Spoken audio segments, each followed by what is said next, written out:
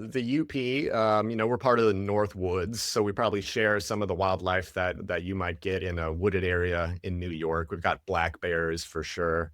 But this is also a very wild area, so there are wolves that come through here. There are mountain lions. There are all sorts of newts and salamanders, many kinds of fish. We saw a weasel the other day, which was very exciting. There are lynxes. Um, yeah, the list goes on and on. But the Northwoods, and especially this area, is known for warblers, many of the migratory songbirds that come through. And the thing about all of these creatures is they come to places that feel like nature. So when you start a mine somewhere, or any highly destructive operation, but especially a mine, it's not just the water pollution, it's all of the noise that comes from subterranean blasting, from rock grinding, from heavy machinery, from the increased traffic. It's all of the light. Mining is a 24-hour operation, so that bleaches the night skies in a pristine area. So with migratory songbirds, for example, they quickly will depopulate an area if they can't hear each other's calls, because that's what they do in order to mate and communicate with each other. So if they can't hear each other, they leave. For light pollution, we often don't think about light pollution. It doesn't get the press that some other forms of pollution get. But for many creatures, what humans have done by lighting up the night sky is the largest impact we've had on the planet. Because light pollution, it travels much further and faster than any other form of pollution. And so for organisms like fireflies, if it's too bright, then they can't see each other's patterns and they don't mate. It's like trying to drop a pickup line when you're at a noisy construction site. It's going to get lost in translation.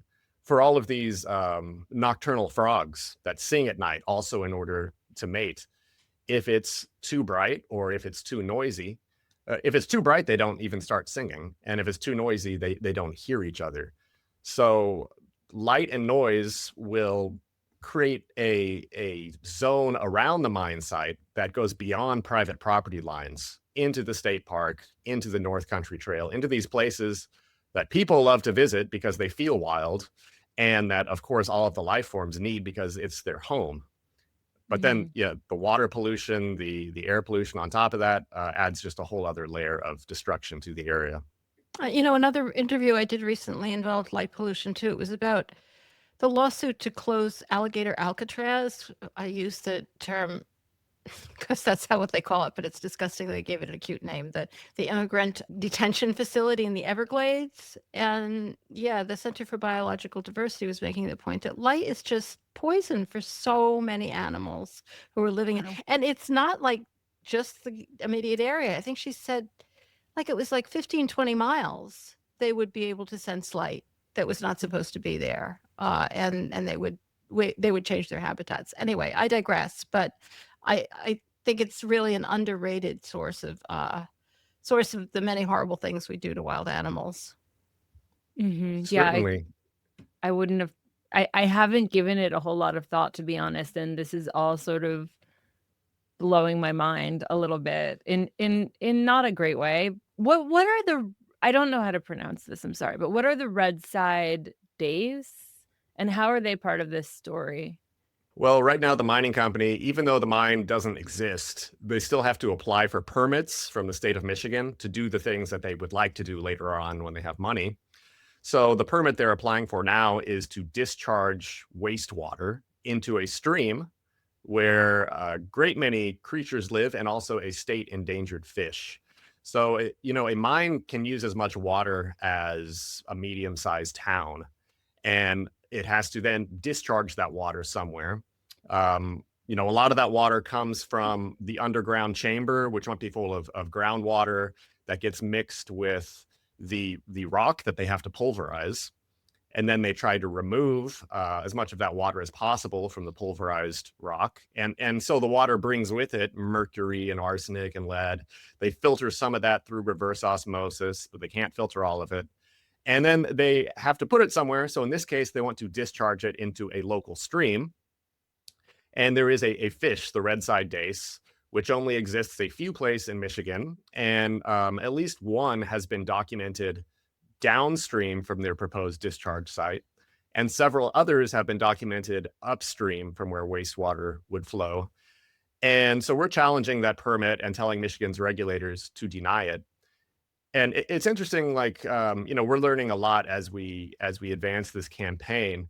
But the idea that what happens downstream only affects, creatures downstream from the flow, actually, we're learning that it can also affect organisms that live upstream from Yeah. wherever contamination is happening.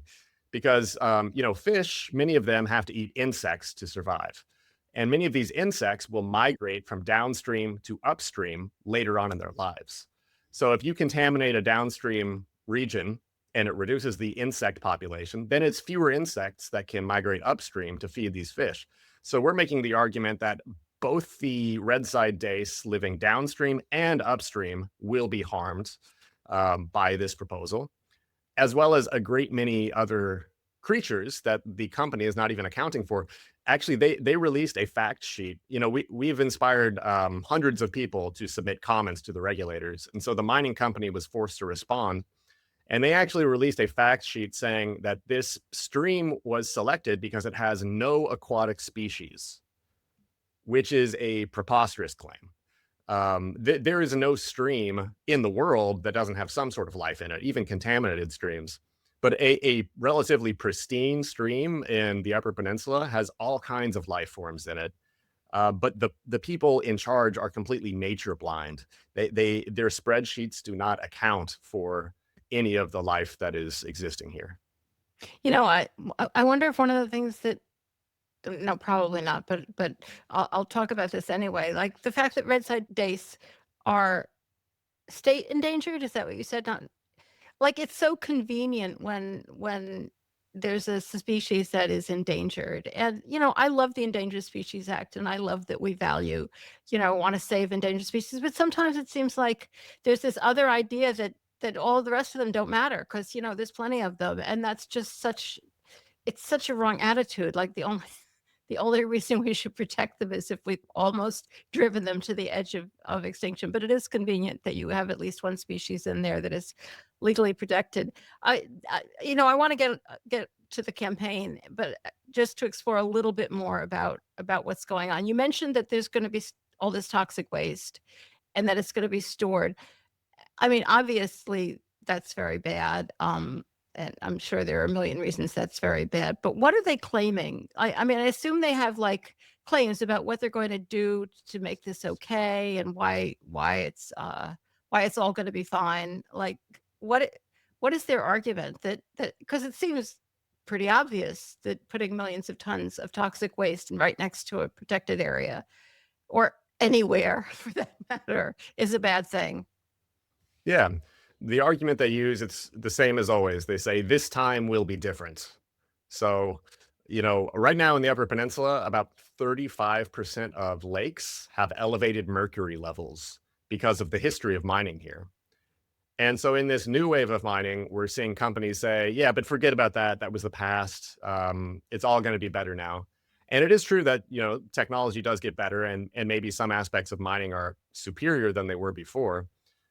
It doesn't change the fact that they have to destroy all these wetlands, destroy the forests, destroy the streams just to get a blank slate, to start their operation.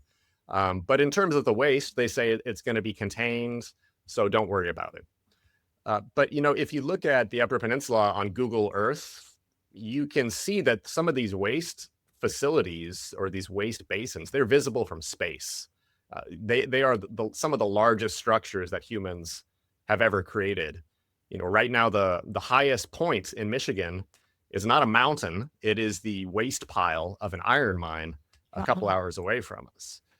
And so in a best case scenario, the waste will be stored and it will never leach out. And it will just provide a toxic area where plant life and other wildlife really struggles to get a hold, but it won't leach out into the surrounding area. In a medium case scenario of what could happen would be a gradual seepage, which is more common. which could take place over the course of years or decades. In a worst case scenario, there can be a cataclysmic rupture where you just get a flood of mine waste surging out into the area, into the river, into the lake. And unfortunately, that has happened in many mines all over the world, even ones that are run by folks at the top of the field who say it's never going to happen.